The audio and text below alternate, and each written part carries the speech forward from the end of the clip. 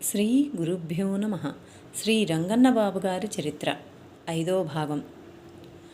శ్రీరాఘవం దశరథాత్మజమప్రమేయం సీతాపతిం రఘుకులాన్వయరత్నదీపం ఆజానుబాహుం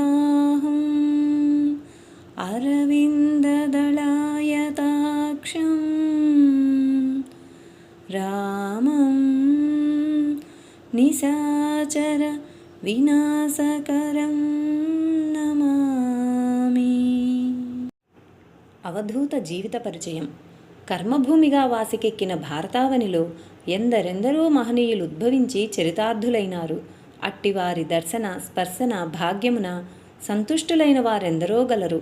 మహర్షులు, ఋషులు, తత్వవేత్తలు, గురుస్థానం ఆక్రమించిన మహనీయులు, విద్వాంసులు, పండితులు జన్మించిన ఈ భారతావనిలో ఆధ్యాత్మిక విజ్ఞానానికి కొదువే లేదు.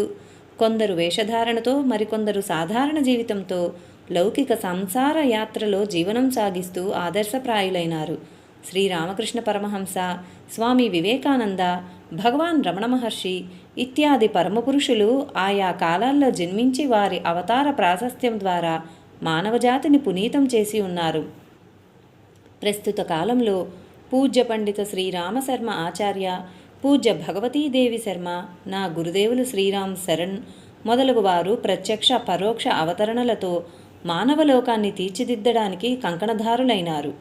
నేటి యుగసంధి ప్రభావంలో ఇట్టి మహనీయుల కృషి మానవోద్ధరణకు మహాప్రసాదంగా భావించబడుచున్నది. ఇట్టి మహనీయుల కోవకు చెందినవారు పూజ్య శ్రీ రంగన్నబాబు గారు. అవధూత రంగన్నబాబు జననం. శ్రీ రంగన్నబాబు గారి జీవితం చాలా విశిష్టమైనది. మహనీయులు ఎప్పుడూ అతి సాధారణ కుటుంబాలలోనే దైవీ సంపద కలిగిన దంపతులకు జన్మిస్తుంటారు. రంగన్నబాబు గారి పూర్వీకులు ప్రస్తుతం ప్రకాశం జిల్లా కందుకూరు తాలూకా రామభద్రాపురంకు చెందినవారు. వీరి తాత తండ్రుల కాలంలో పశ్చిమ గోదావరి జిల్లా ఏలూరు పట్టణానికి వలస వెళ్లారు. లౌకికంగా వైశ్యులు, మిథునకుల గోత్రీకులు. ఇంటి పేరు బూర్లెవారు. తండ్రి పుల్లయ్య గారు, తల్లి జాలమ్మ గారు. వీరు 1895 సంవత్సరంలో జన్మించినట్లుగా రంగన్నబాబు గారు చెప్పిన జ్ఞాపకాల మూలంగా నిర్ధారించుకున్నారు. రంగన్నబాబు గారు వారి తల్లిదండ్రులకు 4వ సంతానం. అదే కడగొట్టు కూడా. వీరికిద్దరు అన్నలు, ఒక అక్కగారు. శ్రీ రంగన్నబాబు గారి బాల్యం. శ్రీ రంగన్నబాబు గారు చదువుకోలేదు. వీరి తండ్రి పెద్దన్నగారు ఏలూరులో గోతాల మిల్లులో పనిచేసి జీవనం గడిపేవారట. తల్లిగారు, అక్కగారు ఏవైనా కార్యాల పట్ల వంటలకు వెళ్ళి కుటుంబానికి సాయపడేవారట. రంగన్నగారి చిన్న వయసులోనే, అనగా 6-7 సంవత్సరాల ప్రాయంలోనే తల్లి స్వర్గస్థురాలైరి. అందరికంటే చిన్నవాడైనందున రంగన్నగారిని కుటుంబంలోని వారందరూ గారాబంగా చూచెడివారట. అయినప్పటికీ ఆయన జీవిత సరళే వేరుగా ఉండేది. దుస్తులు ధరించవలెనను శ్రద్ధ గాని, తినుబండారాలపై కోరిక గాని ఉండేది కాదు. ఆటకాయతనంగా తిరుగుచుండేవారు.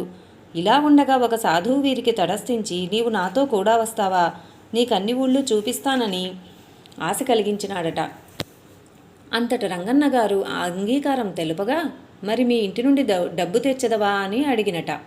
వెంటనే మా ఇంట్లో డబ్బున్నది, తెస్తానని చెప్పి ఇంటిలో తండ్రిగారు రంగన్నగారి సోదరి వివాహ నిమిత్తమై దాచేయించిన డబ్బు బహుశా 7 లేక 800 తీసుకుని సాధువుతో ప్రయాణమై వెళ్ళిపోయారట.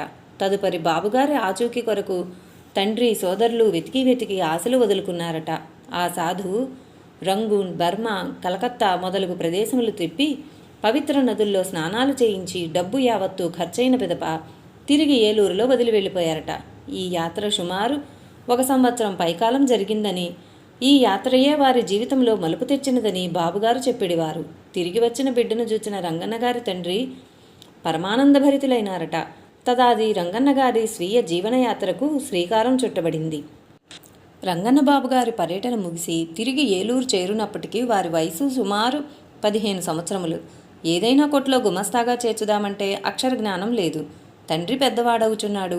అప్పుడే తాను గోతాలు కుట్టే మిల్లులోనే కావడితో నీళ్లు మోయడానికి మిల్లు యజమానితో మాట్లాడి ఏర్పాటు చేసిరట. రంగన్నగారు నీళ్లు మోయడం కంటే నీళ్లల్లో స్నానం ఎప్పుడు పడితే అప్పుడు వేళాపాళా లేకుండా చేసేవారట. నీళ్ల కావుళ్ళు తెచ్చినంతసేపు తెచ్చి మిగతా సమయంలో ఏవేవో పనులు చేస్తుండేవారట. మిల్లులో యంత్రాలు ఎలా నడిచేది, ఏ ఏ యంత్రం ఏ పని చేసేది ఆయనకు క్షుణ్ణంగా తెలుసు. మానవదేహానికి యంత్రాలను సరిపోల్చి చెబుతుంటే చదువుకున్న శాస్త్రవేత్తకైనా ఇంతటి పరిజ్ఞానం ఉన్నదా అని అనిపించేది. వీధుల్లో ఉండే లాగుడు బండ్లను భుజాలతో ఎత్తడం, కాటారాళ్లను తాళ్లతో కట్టి పడ్లతో ఎత్తడం లాంటి అఘాయిత్య పనులు చేసేవారట. శ్రీ రంగన్నబాబు గారి వైవాహిక జీవితం. రంగన్నబాబు గారికి తన 18వ ఏట శ్రీమతి లక్ష్మీదేవమ్మతో వివాహం జరిగినట్లు తెలిపినారు. ఈ దంపతులకు 3 కుమారులు, 2 కుమార్తెలు కలిగినారు.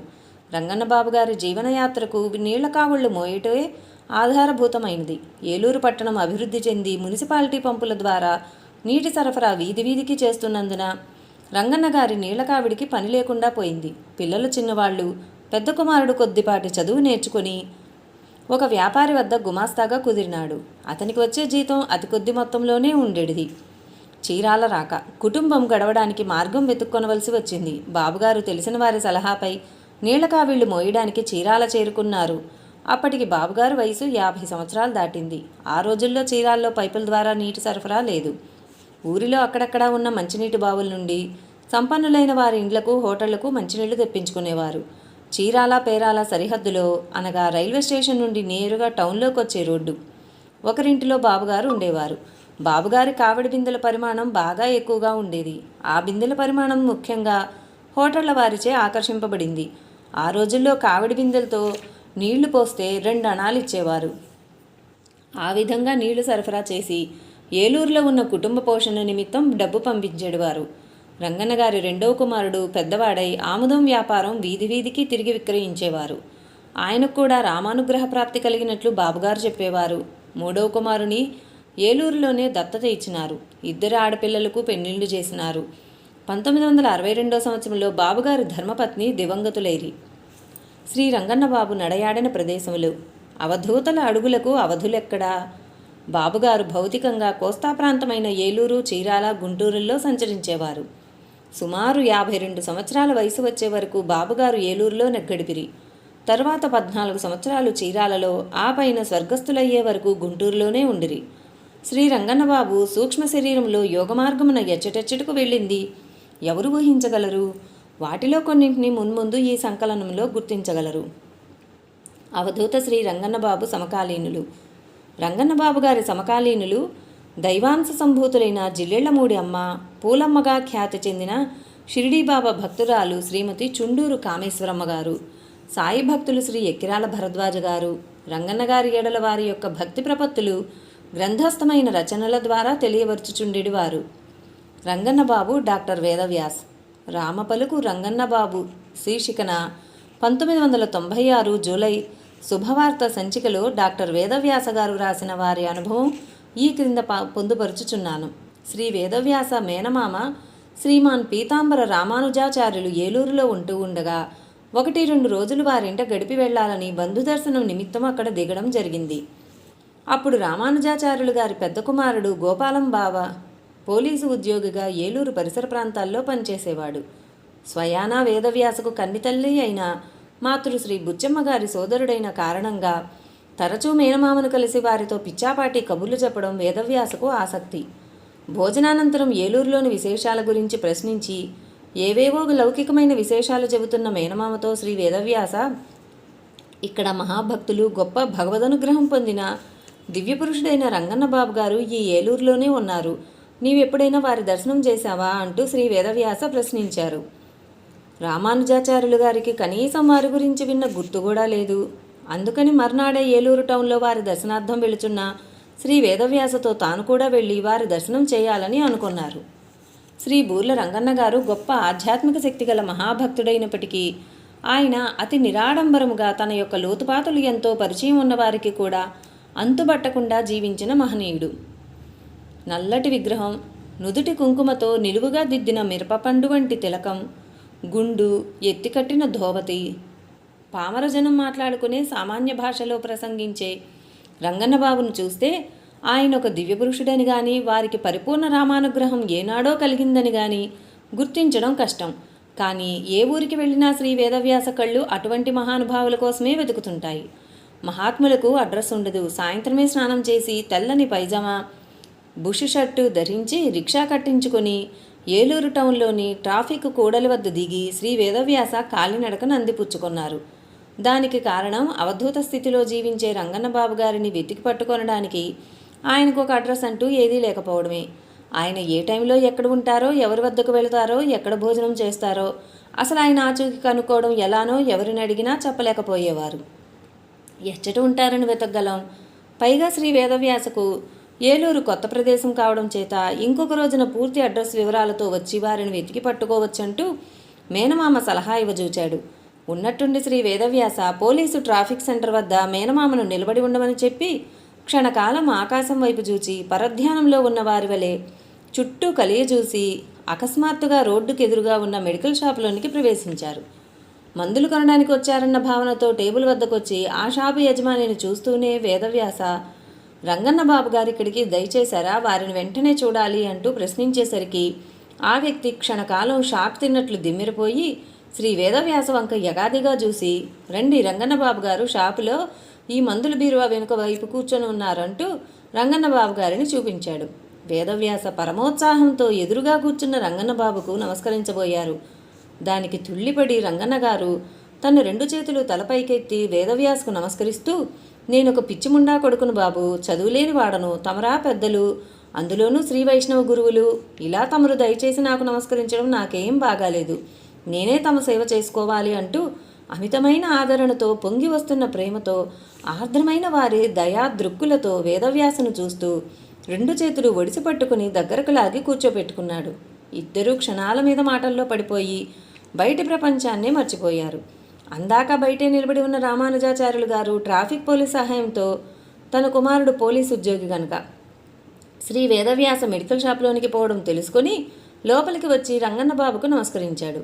అప్పుడు గుర్తుకు వచ్చింది శ్రీ వేదవ్యాసకు తన పొరపాటు. బాబుగారు భరద్వాజ మాస్టర్ గారు ఆధ్యాత్మిక సామ్రాట్టు సాయినాథుని ఆశీస్సులతో శ్రీ ఎక్కిరాల భరద్వాజ గారు అవధూతల దర్శనానికి ప్రాధాన్యతనిచ్చి ఎందరో అవధూతలను భక్తలోకానికి పరిచయం చేసిన వ్యక్తి. భరద్వాజ మాస్టర్ గారు బాబుగారిని అనేకసార్లు దర్శించి వీరి రామభక్తికి ఆకర్షితులయ్యారు. మాస్టర్ గారి కోరికపై, రాముని ఆజ్ఞపై విద్యానగర్లోని మాస్టర్ గారి గదికి వెళ్ళి షిరిడీ సాయి మందిరాన్ని నిర్మిస్తావని మాస్టర్ గారిని ఆశీర్వదించారు. బాబుగారు భరద్వాజ గారిని గూర్చి చిన్న కలెక్టర్ బాబు అని సంబోధించేవారు. బాబుగారిని భక్తలోకానికి పరిచయం చేసిన వారిలో భరద్వాజ మాస్టర్ కూడా ఒకరు. రంగన్నబాబు పూలమ్మ, సాయిబాబా భక్తురాలు పూలమ్మగా ప్రసిద్ధి చెందిన చుండూరు కామేశ్వరమ్మ గారు భర్త రామారావు గారు గుంటూరు కొత్తపేటలో నివాసం ఉండేవారు. రామారావు గారు స్కూల్ టీచరు. సాయి లీలా తరంగిణిలో రంగన్నబాబు గురించి ఈ విధంగా వ్రాయబడింది. పూలమ్మ శ్రీసాయి భౌతిక దర్శనం కావలయునని రంగన్నబాబును తరచూ కోరుచుండేది. సమయం వచ్చినప్పుడు తప్పక దర్శనం చేయించుదునని సమాధానం ఇచ్చినారు. ఆకస్మికంగా ఒకరోజు మధ్యాహ్నం వేళ వృధించినారు. శ్రీసాయి దర్శనమునకు బయలుదేరవలసిందిగా హడావిడి చేసినారు. పూలమ్మ వెంటనే బయలుదేరింది. చిన్నబ్బాయిని కూడా తీసుకురావలసిందిగా వీరు ఆదేశించిరి. పూలమ్మ చిన్న కుమారుని చేయి పట్టుకొని రంగన్నబాబును అనుసరించింది. కొంత దూరం అట్లే నడక సాగించిరి. చూచుచుండగానే గుంటూరు పరిశ్రమలు మాయమైనవి. ఇంత దూరం నడిచినట్లునూ లేదు. పరిశ్రమలు కొత్తగా కనిపించసాగినవి. సూర్యుడు లేడు. వెలుగు వెల్లువ ప్రవాహం ఆ ప్రాంతమంతయు ఆవరించియున్నది. అంతటను పచ్చదనం అమరియున్నది. నయనానందకరముగా ప్రకృతి విరాజిల్లుచున్నది. వెలుగురేఖలు రెక్కవిప్పుకొని విహరించుచున్నట్లున్నది. మృదుమధుర సంగీత ధ్వనులు కర్ణపేయమనొచ్చుచున్నవి. వేడిమి లేదు, చల్లదనం లేదు. ఎట్లున్న సర్వేంద్రియములకు ఆహ్లాదము ఆనందము కలుగునో అచ్చటి వాతావరణం అట్లున్నది. అంతటను దివ్యత్వం ఆవరించినట్లున్నది. పవిత్రతకు మారుపేరుగా ఉన్నట్లు ఉన్నది. ఏ ప్రాంతము ఏ లోకము తెలియకున్నది. అనిర్వచనీయ ఆనందము అనుభవించుచు రంగన్నబాబు వెనుక పూలమ్మ తన చిన్న కుమారునితో నడవసాగింది. వీరికి పసిడి కాంతులు వెదజల్లు నీటి ప్రవాహం అడ్డు వచ్చింది. రంగన్నబాబు నది లేనట్లే నడవసాగినారు. పూలమ్మ ఆగిపోయింది. ప్రవాహమున కాలిడుటకు సంశయించింది. రంగన్నబాబు వెనుదిరిగి చూచినారు. చిరునవ్వుతో వెనుకకు వచ్చి ఇద్దరికీ చెరుక చేయి ఊతమిచ్చి నదీ గర్భమున నడవజొచ్చెను. ఆశ్చర్యజనకముగా అంతటి ప్రవాహము సైతం చీలమండలి అయినను మెంచలేదు. నదిని దాటిన వెంటనే ఒక నింబవృక్షము, చెట్టు మూలనొక శిల, దానిపై ఆసీనుడైన శ్రీసాయి. ఆయన నుండి దివ్యకాంతులు నలు దిక్కులకు వెల్లువగా ప్రవహించుచున్నవి. అపూర్వ తేజోమయ రూపం, అవిశ్రాంత ప్రసారిత దివ్య ప్రభావపూర్ణ దయాద్ర నేత్రయుగళి, భాషలకందని భావం, భావములకందని ఆనందం, ఆనందమును మించిన నవచైతన్య సంరంభం, అవి అవాజ్ఞాన సగోచరములు, అనుభవపూర్వకంగా గ్రహించవలసిందే. శ్రీసాయి తన కొసగనేమి కొని తెచ్చినావని పూలమ్మనడిగిను. పూలమ్మ నిరుత్తరయ్యను. నిజమే, గురువుని దేవుని దర్శించుటకే ఎగువారు ఫలం, పుష్పం, పత్రం, తోయం ఏదియో ఒకటి తీసుకెళ్లవలనని శాస్త్ర నిర్దేశం. రంగన్నబాబు చిరునవ్వు నవ్వినారు. వీరికి చుట్టలన్న ప్రీతి. చెంత పొగాకు ఎల్లప్పుడూ ఉండేది. బొడ్డును దాచిన పొగాకు నందలి ఒక పాయను తీసి పూలమ్మకిచ్చి శ్రీసాయికి వసగజేసినారు. చిన్నా కూడా ఏమీయూ తెచ్చి ఉండలేదు. శ్రీసాయి దర్శనమునకు బయలుదేరినట్లు అతడెరుగుడు. తననేమైనా అడుగునేమోనని భయం ఉందిను. సాష్టాంగ నమస్కారం వచ్చి ఇదియే నేను కొని వచ్చినది తీసుకోమని కోరినాడు. శ్రీసాయి చిరునవ్వుల పువ్వుల ఆశీర్వాద వర్షం కురిపించినట్లే తనకు స్ఫురించింది. తనను శ్రీసాయి తనవానిగా ఉనర్చుకొనినట్లుగా భావించినాడు. అక్కడ జరిగిన మిగతా విషయములు అత్యంత గోప్యములు. ఇంతలో రంగన్నబాబు వెనుదిరగవలేనని వేగిరిపెట్టినారు. దివ్యులే తెంచు సమయమైనదని, అచ్చట నిలువరాదని పలికినారు. అందరూ వెనుదిరిగిరి. నెమ్మది నెమ్మదిగా నగర పరిశ్రమలు జుద్యోతకమైనవి. రచయితను అనుగ్రహించిన పూలమ్మ. 1962లో రంగన్నబాబు గారు గుంటూరులో ఉండగా వారిని దర్శించడానికి చీరాల నుండి వచ్చాను. అప్పుడు బాబుగారు నన్ను పూలమ్మగారి వద్దకు తీసుకువెళ్ళి దర్శనం చేయించారు. అప్పటి నుండి వీలైనప్పుడు గుంటూరు వచ్చి అమ్మగారిని కూడా సేవించి వచ్చేవాడిని. మరొకసారి అమ్మగారి వారి గృహంలో సందర్శించినప్పుడు తల్లి ఆప్యాయంగా పలుకరించి, ఏం నాయనా, ఏ జన్మ సంబంధం అని నీవు పూజ చేసుకునే మందిరంలో గణపతి విగ్రహం కానీ పటం కానీ లేదు. వెంటనే గణపతిని పూజిస్తూ ఉండమన్నారు. ఇక మీదట గణములు అడ్డు రావన్నారు. చీరాల తిరిగి వెళ్ళిన తర్వాత వినాయకుని ఫోటో తెచ్చి పెట్టుకుందాం అనుకున్నాను. అప్పటికే మా ఇంట్లో వినాయక ఫోటో గల క్యాలెండర్ వేలాడుతున్నది. వెంటనే క్యాలెండర్ నుండి ఫోటో వేరు చేసి అట్టపై అతికించి పూజలో పెట్టితిని. అనుగ్రహం ఆసన్నమైనప్పుడు కార్యాలు కలిసి వస్తాయన్నట్టుకు ఇదొక నిదర్శనం. తదుపరి పూజల్లో అనేక అనుభవాలు ప్రస్ఫుటమైనవి. 1965లో నేను గుంటూరు ట్రాన్స్ఫర్ అయి వచ్చిన తర్వాత అమ్మగారి నివాసానికి సమీపంలోనే మాకు ఇల్లు కుదరడం విశేషం. మా పెద్ద కుమార్తె పెండ్లి విషయమై అమ్మగారిని ఆశ్రయిస్తే ఒక రోజున మా ఇంటికి దయచేసి పూజ చేశారు. 2 చక్కటి పసుపు కొమ్ములు బాబాగారు ప్రసాదించగా అమ్మగారు మాకు అందజేసి, త్వరలో వివాహం నిశ్చయమవుతుంది, పెండ్లికి పసుపు కొట్టించే కొమ్ములతో ఈ 2 కొమ్ములు కూడా కలపండని సెలవిచ్చారు. అతి త్వరలో వివాహం నిశ్చయం కావడం, అమ్మగారి ఆజ్ఞ మేరకు పసుపు కొట్టించడం, వివాహం వేడుకగా జరగడం మరువలేని అనుభవం. షిరిడీ సాయి మందిర నిర్మాణం. పూలమ్మగారికి నండూరులో షిరిడీ సాయి దేవాలయం నిర్మించాలని సంకల్పం. అందుకు కావలసిన ప్రోత్సాహం ముఖ్యంగా గ్రామంలో ప్రముఖులు, ఉన్నతోద్యోగులు కలిసి రావడంతో కార్యం సులభతరమైంది. అందుకు కావలసిన స్థలం అమ్మవారే ఇచ్చారు. ఇంకా శంకుస్థాపన. అమ్మగారు వెంటనే బాబుగారిని తోడుకొని నండూరు వెళ్ళి స్థలం చూపగా బాబుగారు ఫలానా చోట శంకుస్థాపన చేయండని గుర్తుపెట్టారు. అనతి కాలంలో సుందర మందిరం తయారై నిత్య నైవేద్య పూజలు నిరాటంకంగా జరుగుచున్నవి. మహనీయుల సంకల్పం మహత్తరం కదా. రాముడికి చీటి. ఆ రోజుల్లో అనేక మంది భక్తులు, ఆఫీసర్లు, పండితులు, వారు వీరు అన్న భేదం లేకుండా తమకేదైనా కష్టమైన సమస్య ఎదురైనప్పుడు రంగన్నబాబు వద్దకు వచ్చి శ్రీరామచంద్ర ప్రభువుకు తమ గురించి ఒక చీటీ వ్రాసి వారి ఆదేశములను కనుక్కోమని ఇచ్చిన చీట్లు 100కు పైబడి ఉండేవి. చీటీలో ఆ వ్యక్తి పేరు, అడ్రస్ తప్ప సమస్య గురించి ఏమీ ఉండదు. శ్రీ రంగన్నబాబు మాత్రం ప్రతి ఒక్క చీటీని శ్రీరామచంద్ర ప్రభువుకు చూపించి ఆ వ్యక్తి యొక్క సమస్య గురించి నివారణ మార్గం అడిగి వారి ఆదేశాలను ఆ చీటీలోని వ్యక్తికి అందించేవారు. బీహార్ నుండి ఎవరో ఒక పెద్ద ప్రాజెక్టులోని ముఖ్య ఇంజనీరు రంగన్నబాబుకు చీటీ ఇచ్చిన వారిలో ఉన్నారు. ఆయనకు అకస్మాత్తుగా తన ఫ్యాక్టరీలో పనిచేసే భారీ మిషనరీలో రిపేరు వచ్చి పని నిలిచిపోయింది. యంత్రం ఎవరు పరిశీలించినా దానిలోని సమస్య ఏమిటో ఎవ్వరికీ అంత చిక్కలేదు.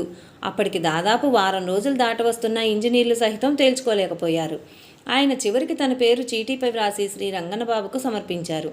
రామచంద్ర ప్రభువు ఆదేశాలు కనుక్కోమని, మరునాడు తెలియజేయమని. రాత్రి రామచంద్ర ప్రభువుకు మీ చీటీ చూపించి అడిగాను. దానికి ఆయన, నేను చదువులేనివాడును, పామరుడును గనుక తాము చెప్పే సమాధానం జాగ్రత్తగా విని మిషనరీ యంత్రం విషయాలు ప్రత్యేకించి నోట్ చేసుకోమని చెప్పి మరీ తమ ఆదేశాలను ఇచ్చారు. మీ చీఫ్ ఇంజనీర్ గారికి ఒక పెద్ద ఫ్యాక్టరీ, దానిలో పని నిలిచిపోయింది కదూ. రంగన్న, శ్రీరామచంద్ర ప్రభువు రంగన్నబాబును అలవోకగా లాలిస్తున్నట్లు అడిగారు. ఆ ఇంజన్ లోపల తిరిగే ఒక ఇరుసు వద్ద ఉండే ఒక ముళ్ళ చక్రంలో ఇనుపగోళాలు చిక్కుకొని యంత్రం ఆగిపోయింది. గవర్నర్ అన్న యంత్ర భాగాన్ని తీసి బాల్ బేరింగ్ తీసి సరిచేస్తే మీ ఫ్యాక్టరీ బాగుపడుతుందని వాడితో చెప్పు అన్నారు. రంగన్నబాబు 1కి 2 సార్లు రాసుకొని మరునాడు వచ్చే ఆ ఇంజనీర్ గారితో చెబితే ఆయన విస్తుపోయారు. ఆ రోజే బీహార్లో తమ ఫ్యాక్టరీకి ఫోన్ చేసి మిషనరీని రంగన్నబాబు గారిచ్చిన వివరాలతో తనిఖీ చేయమని చెప్పగా సరిగ్గా రంగన్నబాబు చెప్పిన రిపేరు అక్షరాలా ఉన్నది.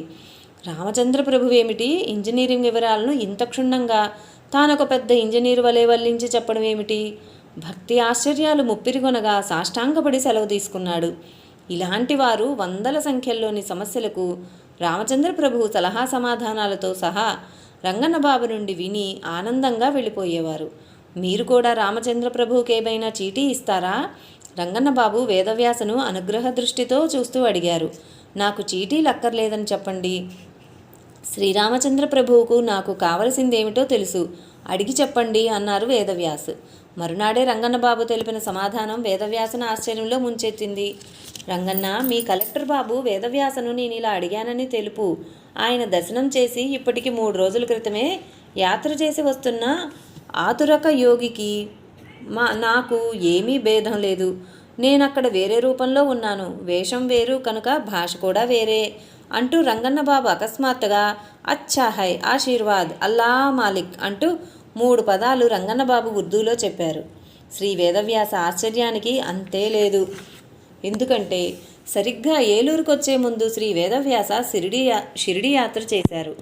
ఆ విషయాన్ని గూర్చి రామచంద్ర ప్రభువును ఏమి చెప్తారోనని వేదవ్యాస అడిగిన ప్రశ్నకు షిరిడీ సాయికి తనకు భేదం లేదని, తానే వేషం మార్పుతో షిరిడీలో ఉన్నానని అనడం, దానికి తోడు ఉర్దూ భాషలో కొన్ని పదాలు సాయిబాబా ఉచ్చరించినట్లు అనడం ఎంతో ఆశ్చర్యకరం. శ్రీ వేదవ్యాస రంగన్నబాబు వద్ద సెలవు తీసుకుంటూ, బాబు తమరు భోజనం బస ఎక్కడ చేస్తారు? నాకు ఇల్లు వాకిలి లేదు బాబు, రాముడే సర్వం, ఆయన ఏది పెడితే అదే తిని బ్రతుకుతున్నాను. నేనెక్కడ ఉన్నా సమయానికి ప్రభువు తన ప్రసాదం ఇచ్చి నన్ను బ్రతికి ఉంచి నిలబెట్టారు అన్నారు రంగన్నబాబు గారు. రామదర్శనం అయితే మానసికంగా జరిగి ఉండవచ్చు, అందుకని రామచంద్ర ప్రభువు మీకు ఆశీర్వదించి ప్రసాదం కూడా ఇస్తారట అంటూ అడిగిన పీతాంబరం రామానుజాచార్యుల ప్రశ్నకు అడిగిన సమాధానం కోసం ఎదురు చూడకుండా శ్రీ రంగన్నబాబు తన ఎదుటే గాలిలోకి చేతులు పైకెత్తి దోసిటి పట్టి, కృష్ణా ఆపద్బాంధవా అంటూ ఒక కేక వేశారు.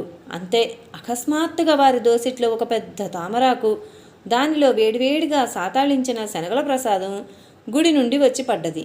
దాన్ని ప్రేమగా వేదవ్యాసకిచ్చి రామచంద్ర ప్రభువు తన్ను కొన్ని ఏళ్లుగా ఎలా పోషిస్తున్నది, తను ఎక్కడ ఉన్నా ఆహారం టైంకి ప్రసాదం ఎలా వస్తున్నది శ్రీ వేదవ్యాసకు ప్రత్యక్షంగా నిరూపించారు. ఊటుకూరి ఉపేంద్రగుప్త గారు చీరాల్లో చాలా ప్రాముఖ్యం కలిగిన వారు. చీరాల పంచాయతీ బోర్డు అధ్యక్షులుగా చాలా కాలం పనిచేశారు. వారి కుమార్తెకు కాలి తొడపై పుండు వచ్చింది చిన్న వయసులోనే. ఎందరెందరో డాక్టర్లు చేసినా వైద్యం ఫలించలేదు.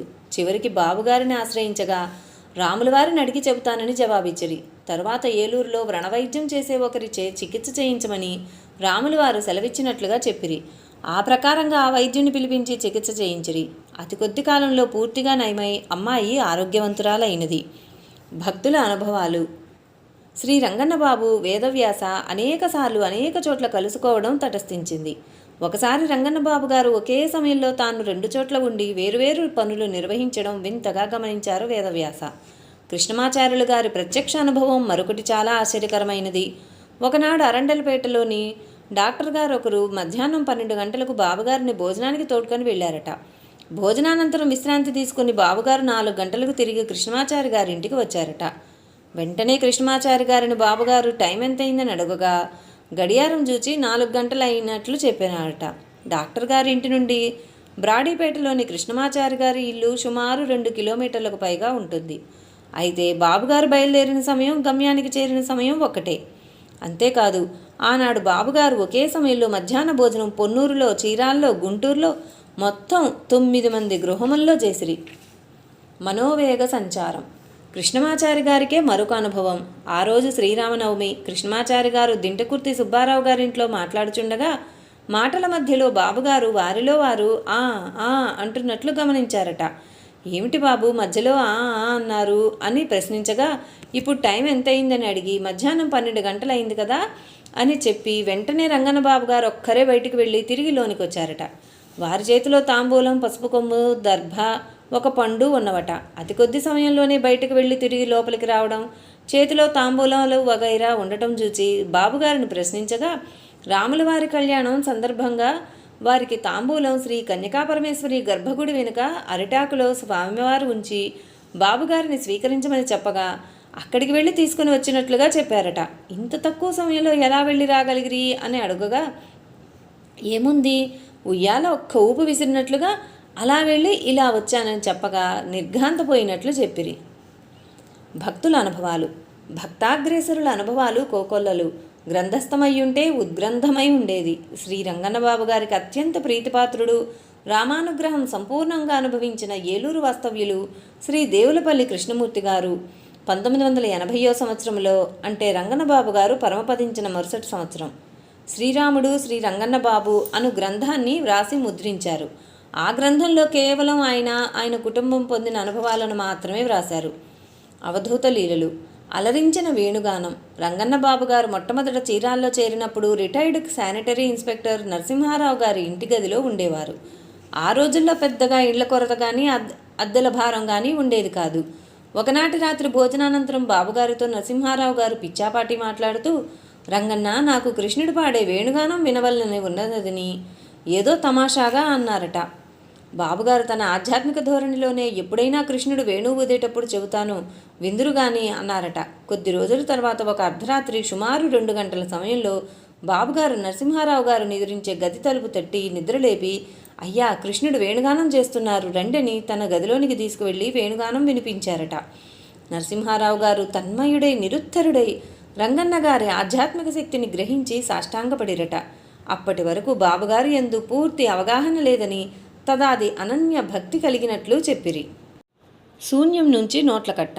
నేను ఏలూరులో ఉన్నప్పుడు జరిగిన ఒక ముఖ్య సంఘటన మరువరానిది. ఏలూరులో బాటా కంపెనీ వారి చెప్పుల షాపులో మేనేజర్గా పనిచేస్తున్న వారు శాస్త్రి గారని గుర్తు. వారి సతీమణి రంగన్నబాబు గారి భక్తురాలు. ఆమెకు తన భర్త గారి ఆదరణ అంతగా లేక బాబుగారిని ఆశ్రయిస్తే శాస్త్రి గారిని సరియైన మార్గంలోకి తీసుకురావడానికి ప్రయత్నం జరుగుతున్న రోజులవి.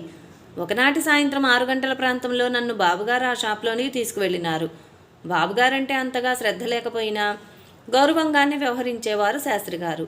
ఆయన బాబుగారితో ఆషామాషిగా మాట్లాడుతూ, మీరేమిస్తారు, శ్రీ సత్యసాయిబాబా గారు డబ్బు, ఉంగరాలు ఏమి కావాలంటే అవి ఇస్తారు అని కాస్త నవ్వులాటగా మాట్లాడారు.